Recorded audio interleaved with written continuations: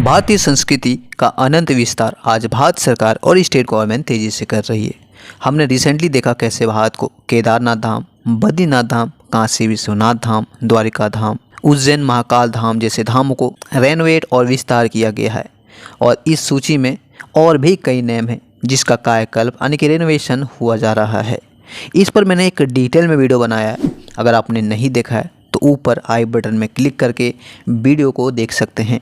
But उससे पहले मैं आपको बताना चाहूँगा आज की इस वीडियो काफ़ी इंपॉर्टेंट है, क्योंकि आज की इस वीडियो में भी हम एक धाम के बारे में चर्चा करने वाले हैं जिसका नाम है एकात्म धाम।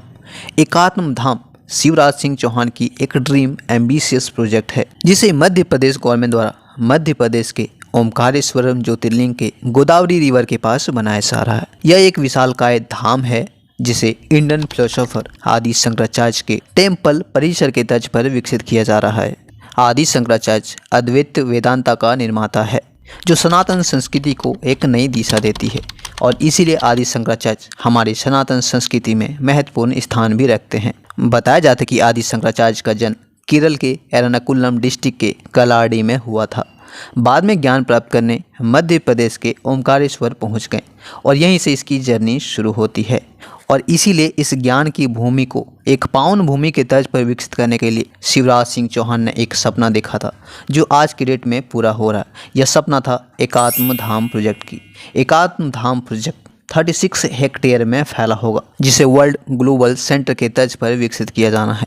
इस प्रोजेक्ट के अंतर्गत रेसिडेंशियल टावर से लेकर parking, info centres, institutions, hospital, museum, garden, घाट, टेम्पल, ब्रिज, अद्वैत वन जैसे कई सारे महत्वपूर्ण परियोजनाएं होगी। पर इन सभी परियोजनाओं में से सबसे महत्वपूर्ण है आदि शंकराचार्य की स्टैचू।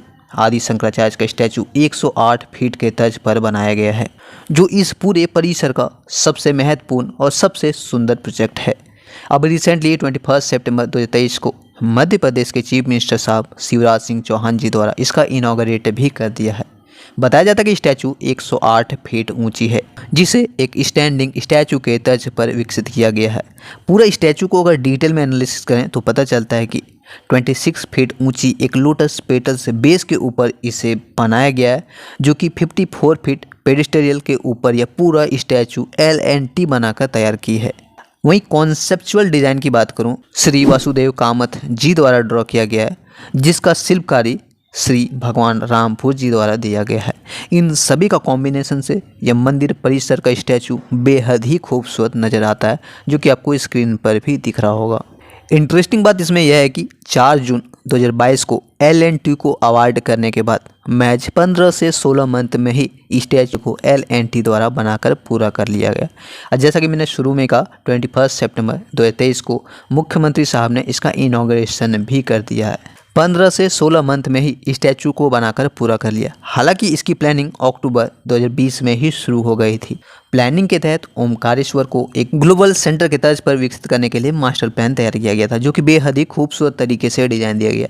इस पूरे मास्टर प्लान के तहत exhibition gallery, wide screen theatres, fountains, 3D hologram projections gallery, cultural boat ride और अद्वैत वन जैसे कई फीचर्स इसमें ऐड करके इसे पूरी तरह से बनाया जा रहा है, जिसमें मुख्य रूप से यहाँ एक इंस्टीट्यूशंस और एक अद्वैत लोक म्यूज़ियम इस पूरे हिस्से का सबसे महत्वपूर्ण पार्ट में से एक रहने वाला है, क्योंकि इसी म्यूज़ियम के अंतर्गत exhibition gallery, theatres, fountain, hologram projections, boat ride जैसे कई सारी चीज़ें बनाई जाएगी, जैसा कि आपको अक्षरधाम टेम्पल में भी देखने को मिलता है।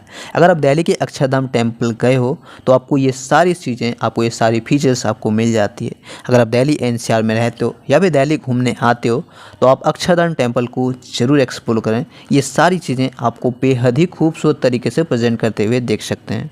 अब बात इसकी पूरी मास्टर प्लान की हो रही है तो मैं आपको बता दूँ यह पूरा प्रोजेक्ट 2000 करोड़ रुपये की है, जिसे मध्य प्रदेश गवर्नमेंट फंड कर रही है और LNT इसका आकार दे रही है। LNT आज स्टैचू ऑफ वननेस को बनाकर तैयार कर चुकी है, जो आने वाले दिनों में LNT ही अद्वैत लोक म्यूजियम और अद्वैत वेदांता इंस्टीट्यूट बनाने पर काम करेगी। अब रिसेंटली 21 सितंबर को इन दोनों का फाउंडेशन स्टोन रखा गया है, जो कि इस पूरे परियोजना की, इस पूरे परिसर की बहुत ही महत्वपूर्ण परियोजनाओं में से एक है।